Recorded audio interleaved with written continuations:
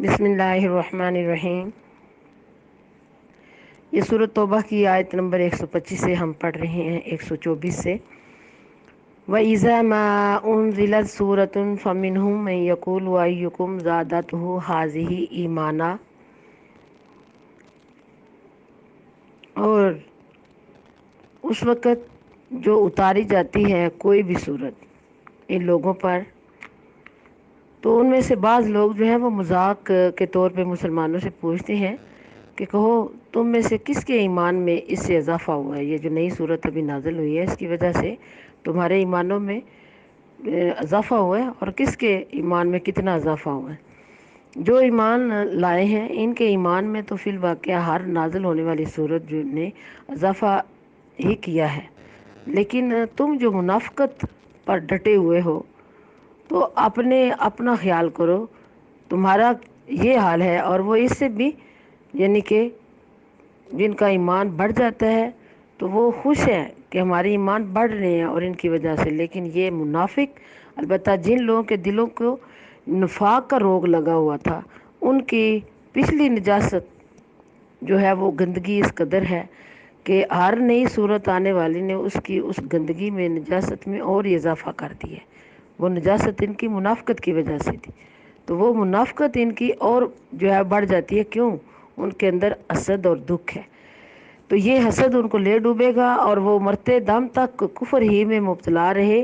کیا یہ لوگ دیکھتے نہیں کہ ہر سال 1-2 مرتبہ یہ آزمائش میں ڈالے جاتے ہیں، یعنی ان کو آزمانے کے لیے ایسی ایسی گھڑیاں آتی ہیں مشکل، تاکہ ہم دیکھیں کہ ہو سکتا ہے کہ ان میں کوئی تبدیلی آ جائے، نہیں، لیکن ان کا جو کھوٹ، دل کا کھوٹ جو ہے نا، اس کا اور ہی راز فاش ہو جاتا ہے کہ یہ منافقت میں بہت ہی گھرے ہوئے ہیں، مگر اس پر بھی تو نہ توبہ کرتے ہیں، نہ کوئی اس سے کچھ سیکھنے کی کوشش کرتے ہیں۔ جب کوئی صورت نازل ہوتی ہے تو یہ لوگ آنکھوں ہی آنکھوں میں ایک دوسرے سے باتیں کرتے ہیں کہ کہیں کوئی تم کو دیکھ تو نہیں رہا، پھر چپکے سے نکل بھاگتے ہیں۔ اللہ نے ان کے دل پھیر دیے ہیں کیونکہ یہ ناسمجھ لوگ ہیں۔ ایسے لوگوں کو حق بات سے بالکل بلگاؤ نہیں ہوتا، بلکہ حق سننے کے لیے ان کے دل جو ہیں وہ تنگ پڑ جاتے ہیں، وہ کہتے ہیں کوئی اور بات کریں، پھر یہاں تک کہ پاس سے اٹھنے کی کوشش کرتے ہیں۔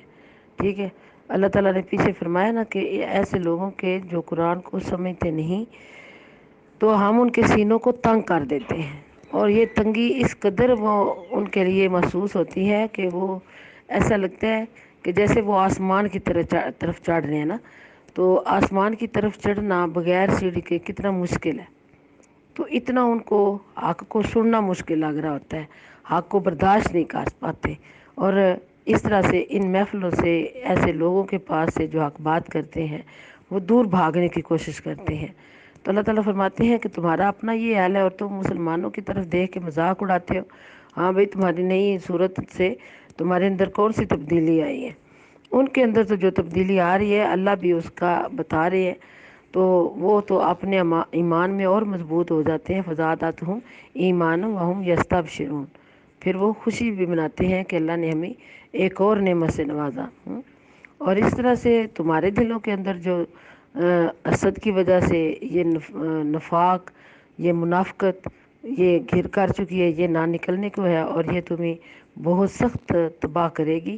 یہ دنیا میں بھی ہے کہ تم اس طرح کے جو کرتوت مزید کر کے اپنے آپ کو عذاب کے لیے تیار کر رہے ہو۔ تو اللہ تعالیٰ فرماتے ہیں لَقَدْ جَاءَكُمْ رَسُولٌ مِّنْ أَنفُسِكُمْ، دیکھو تم لوگوں کے پاس ایک رسول آیا ہے جو خود تم ہی میں سے ہے۔ تمہارا نقصان، یعنی تمہارا کوئی بھی نقصان، تمہاری پریشانی میں پڑنا جو ہے وہ نبی کو بہت ہی مشکل لگتا ہے، بہت پریشان ہو جاتے ہیں، تو تمہاری فلاح کا وہ چاہتا ہے، دل سے چاہتا ہے، وہ حریص ہے۔ ایمان لانے والوں کے لیے وہ شفیق اور رحیم ہے۔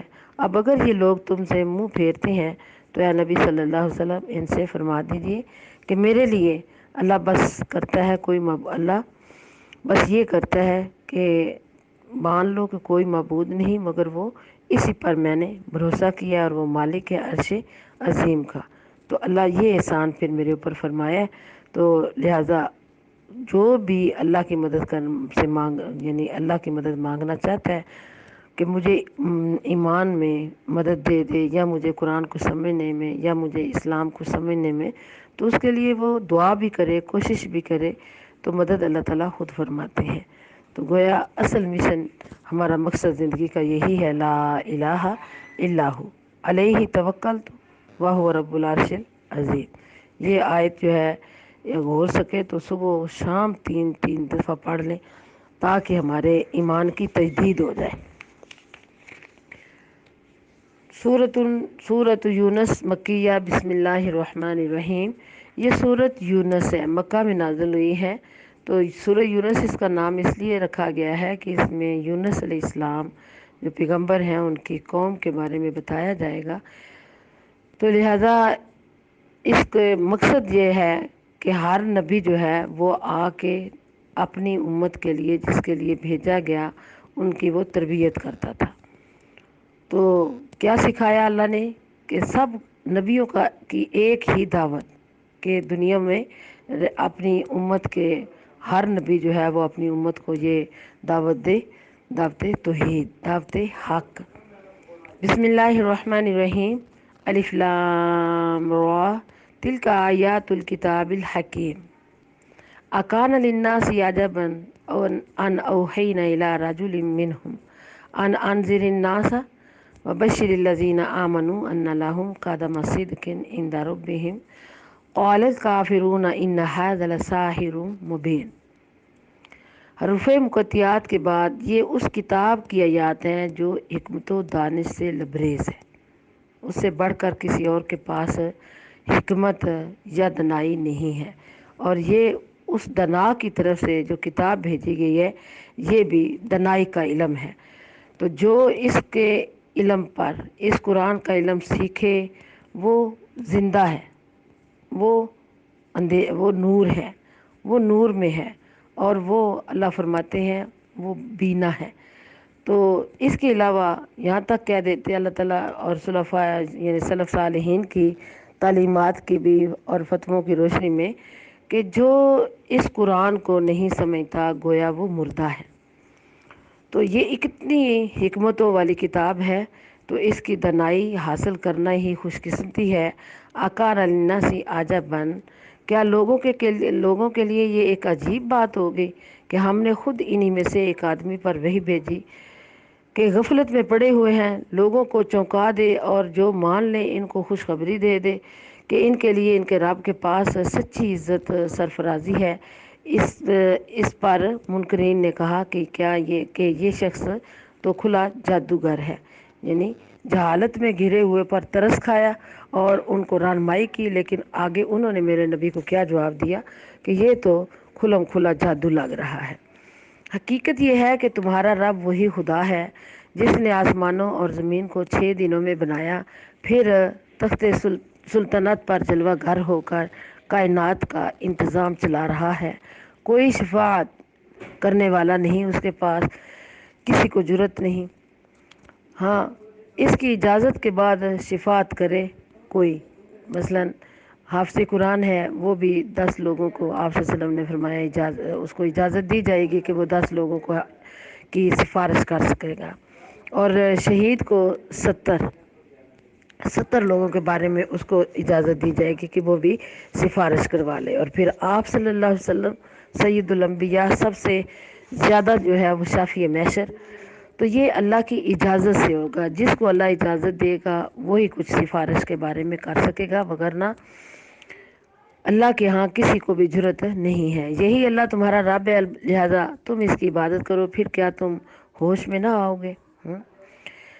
تو اللہ تعالیٰ فرما رہے ہیں الیہ مرجعکم جمیعا وعد اللہ حقا، اسی کی طرف تم سب کو پلٹ کر جانا ہے، یہ اللہ کا پکا وعدہ ہے۔ بے شک پیدائش کی ابتدا وہی کرتا ہے، پھر وہی دوبارہ پیدا کرے گا، تاکہ جو لوگ ایمان لائے اور جنہوں نے نیک عمل کیے ان کو انصاف کے ساتھ جزا دے، اور جنہوں نے کفر کا طریقہ اختیار کیا ہے وہ کھولتا ہوا پانی پئیں اور دردناک سزا بھگتیں۔ اس انکار حق کی پاداش میں، سزا میں جو وہ کرتے رہے تو یہ ان کو بھگتنا پڑے گا۔ اللہ تعالیٰ یہ دلائل، توحید کے دلائل حق کے دلائل یہ دیر کے تو بتا رہے ہیں کہ اے انسان سوچ، تیرا حق بنتا ہے میری نافرمانی کرنا. تو یہ سارے جو ہیں یہ دلائل توحید کے ہیں کہ ایک وحدہ لا شریک کو مان جاؤ. یہ بھی دلیل ہے، یہ بھی دلیل ہے تمہارے لیے. تو ہمیں اللہ تعالیٰ توفیق دے کہ ہم ان دلائل سے اپنی زندگی کو سنوار لیں.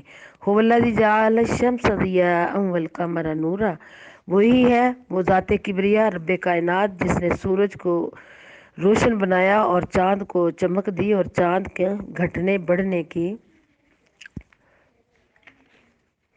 منزلیں ٹھیک ٹھاک مقرر کر دی تاکہ تم اس سے برسوں، سالوں اور تاریخوں کے حساب معلوم کرو. اللہ نے یہ سب کچھ برحق ہی پیدا کیا ہے. وہ اپنی نشانیوں کو کھول کھول کر پیش کر رہا ہے ان لوگوں کے لیے جو علم رکھتے ہیں. یقیناً رات اور دن کے الٹ پھیر میں، بدلنے میں یہ سب کیا ہے؟ اس اللہ رب العزت کی طرف سے ہر اس چیز میں جو اللہ نے زمین و آسمان میں پیدا کی ہے نشانیاں ہیں، کھلی نشانیاں. بتا رہے ہیں کہ اگر رات اور دن کوئی دنیا کا ہے کوئی طاقت جو دن کے بعد چاہے کہ میں رات لے آؤں، یا رات کے بعد کہے میں دن لے آؤں، یا سورج کو نکالوں، ایسا تو یہ توحید کے دلائل ہے کہ یہ ایسی نشانیاں ہیں. تو ان لوگوں کے لیے جو غلط بینی یا غلط رویہ اختیار کرتے ہیں ان کو اس سے یعنی کہ اللہ تعالیٰ بچانا چاہتے ہیں کہ وہ اس ایسی دلائل کو لے کے تو وہ اللہ کی توحید کا انکار کرنے سے بچ جائیں. اور جو سمجھ رہتے ہیں پھر وہ مزید اپنے ایمان کو مضبوط کر لیتے ہیں. لیکن ایسے ہی منافق لوگ جو ہے پھر وہ بدقسمت رہ جاتے ہیں. ان الذین لا یرجون لقاءنا ورضوا بالحیات الدنیا واطمأنوا بها، حقیقت یہ ہے کہ جو لوگ ہم سے ملنے کی توقع نہیں رکھتے اور دنیا کی زندگی ہی پر راضی اور مطمئن ہو گئے ہیں، اور جو لوگ ہماری نشانیوں سے غافل ہیں ان کا آخری ٹھکانہ جہنم ہوگا. اللہم اجرنا من النار. ان برائیوں کی سزا میں ان کا اکتساب اور وہ اپنے اس غلط عقیدے اور غلط طرز عمل کی وجہ سے کرتے رہے، یعنی ڈٹے رہے. اکتساب یعنی اپنے اعمال پر غفلت بھی کرتے تھے، لاپرواہیاں بھی کرتے تھے، نافرمانیاں بھی کرتے تھے، پھر اس پر ڈٹے رہے. تو ایسے لوگوں کے لیے ان کے اعمال کی سزا میں جہنم ملے گی. اللہم اجرنا من النار. ان الذین آمنوا وعملوا الصالحات یہدیہم ربہم بایمانہم. اور یہ بھی حقیقت ہے کہ جو لوگ ایمان لائے یعنی جنہوں نے ان نشانیوں سے اپنے ایمانوں کو مضبوط کر لیا، ان حقیقتوں کو قبول کر لیا جو اس وقت جو اس کتاب کے اندر پیش کی گئی ہیں، بار بار رب کائنات اپنی پہچان کروا کے تو یہ نشانیاں جو بتا رہے ہیں، ان نشانیوں ان صداقتوں سے وہ اپنے ایمان کو اور مضبوط کر لیتے ہیں اور نیک اعمال کرتے رہے. ان کا رب ان کے ایمان کی وجہ سے سیدھی راہ پر چلائے گا. نعمت بھری جنتوں میں ان کے لیے ان جنتوں کے نیچے سے نہریں بہیں گی. وہاں ان کی صدا یہ ہوگی کہ پاک ہے تو اے خدا. ان کی دعا یہ ہوگی کہ سلامتی ہو. جنتی جب جنتوں میں چلے جائیں گے تو آپس میں ایک دوسرے کو کیا دعا دے رہے ہوں گے؟ دعواہم فیہا سبحانک اللہم وتحیتہم فیہا سلام. ایک ہی ان کی پکار ہوگی، سبحان اللہ سبحان اللہ. اور ملیں گے جنتی آپس میں تو ہم کلام ہوں گے تو کیا؟ السلام علیکم، سلام علیک، سلام علیک. یہ ان کی گفتگو ہوگی، یعنی ایک دوسرے کے لیے دعائیں اور ایک دوسرے کے لیے اور پھر رب کی نعمتوں پر شکر ہی شکر. یہی ان کی آپس میں گفتگو ہوگی. وآخر دعواہم ان الحمد للہ رب العالمین. اور ان کی ہر بات کا خاتمہ اس پر ہوگا کہ ساری تعریف اللہ رب العالمین ہی کے لیے ہے. تو یہ آیت جب ہم کسی محفل میں بیٹھے ہوں، چاہے وہ ہماری آدھے گھنٹے کی ہو، 15 منٹ کی سیٹنگ ہو یا 2 گھنٹے کی ہو، تو اس کے آخر میں ہم یہ پڑھ لیں تو اس محفل کے اندر، اس سیٹنگ کے اندر جو بھی غلطیاں ہو جائیں تو اللہ تعالیٰ ان کو معاف فرما دیتا ہے. وآخر دعواہم ان الحمد للہ رب العالمین. تو یہ وہ دعا ہے جو آپ صلی اللہ علیہ وسلم نے خود بھی اس کا اہتمام فرمایا اور ہمیں بھی سکھائی گئی. تو یہ ہمیں، کیونکہ یہ جنتیوں کی دعا ہے کہ ہر بات کے خاتمے پر کہ دعائیں کر رہے ہیں جنتی آپس میں ایک دوسرے کے لیے، اور اللہ کی نعمتوں کا شکر کہتے ادا کرتے ہوئے سبحان اللہ سبحان اللہ۔ تو جب بھی بات کوئی آپس میں کرتے ہیں اور ختم کرتے ہیں تو آخر میں یہی کہتے ہیں وآخر دعواہم ان الحمد للہ رب العالمین۔ ولو یعجل اللہ للناس الشر استعجالهم ولو يعجل اللہ للناس الشر استعجالهم بالخیر۔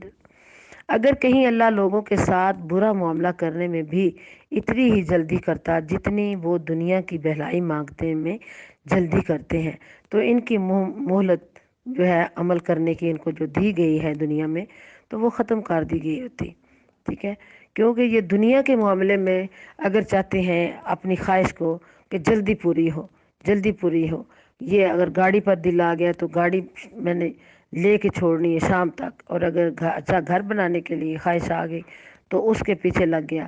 اللہ تعالیٰ فرماتے ہیں اسی طرح تم اگر آخرت کے لیے فکر مند ہوتے اور آخرت کے لیے اتنی تیاری کرتے تو پھر تمہارے رب کا تمہارے اوپر دیکھنا کتنا کرم ہوتا، اور یہ تمہیں جو منافقت میں گھرنے کی یا منکرین حق کو نہ ماننے کی سزا میں جو ان کو ڈھیل دے رہے ہیں تاکہ یہ اچھی طرح ان گناہوں کی پلیدگیوں میں نجاستوں میں علائشوں میں گھر جائیں، تو پھر ہم ان کو پکڑ کے ایک ہی دفعہ جہنم میں گرا دیں گے، تو یہ مہلت پھر ختم ہو جاتی۔ تو اس لیے ہم ان لوگوں کو جو ہم سے ملنے کی توقع نہیں رکھتے ان کی سرکشی میں بھٹکنے کے لیے چھوٹ دے دیتے ہیں۔ تو یہ چھوٹ نہ ملتی، بلکہ اگر وہ اچھے عمل کر لیتے، ایمان کی مضبوطی کے ساتھ اپنے عملوں کی اصلاح کر لیتے، تو پھر ان کو مزید برائیوں میں گھرنے کے لیے جو مہلت دی جا رہی ہے وہ نہ دیتے۔ انسان کا حال یہ ہے کہ جب اس پر کوئی سخت وقت آتا ہے تو کھڑے اور بیٹھے اور لیٹے ہم کو پکارتا ہے۔ فلما کشفنا عنہ ضرہ مر کعلم یدعونا، مگر جب ہم اس کی مصیبت ٹال دیتے ہیں، وہ پریشانی اس کی ہٹ جاتی ہے، تو ایسا چال نکلتا ہے کہ گویا اس نے کبھی اپنے کسی برے وقت پر ہم کو پکارا ہی نہ تھا۔ اس طرح حد سے گزر جانے والوں کے لیے ان کے کرتوت خوشنما بنا دیے گئے ہیں۔ لوگوں تم سے پہلے کی قوموں کو ہم نے ہلاک کر دیا جب انہوں نے ظلم کی روش اختیار کی، اور ان کے رسول صلی اللہ علیہ وسلم ان کے پاس کھلی کھلی نشانیاں لے کر آئے اور انہوں نے ایمان لا کر ہی نہ دیا۔ تو لیکن ان کھلی نشانیوں سے انہوں نے اپنے ایمانوں کو مضبوط نہ کیا۔ اس طرح ہم مجرموں کو ان کے جرائم کا بدلہ دیا کرتے ہیں۔ اب ان کے بعد ہم نے تم کو زمین میں ان کی جگہ دی تاکہ دیکھیں تم کیسے عمل کرتے ہو۔ یعنی ایک کو ہم نے تباہ کر دیا جیسے حضرت نوح علیہ السلام کی قوم کو، پھر اس کے بعد دوسری قوم کو ان کا جانشین بنایا کہ وہ پیچھے آئیں، ثم جعلناکم خلائف فی الارض، کہ وہ آئیں اور وہ اللہ کی فرما برداری کریں، وہ حق کو قبول کریں۔ جب انہی ہماری صاف صاف باتیں سنائی جاتی ہیں تو وہ لوگ جو ہم سے ملنے کی توقع نہیں رکھتے کہتے ہیں ہم اس کی بجائے کوئی اور قرآن لے آؤ، یعنی ہمارے پاس اس قرآن کی بجائے کوئی اور قرآن لے آؤ، یا اس میں کوئی ترمیم کر لو، تبدیلی کر کے لے آؤ۔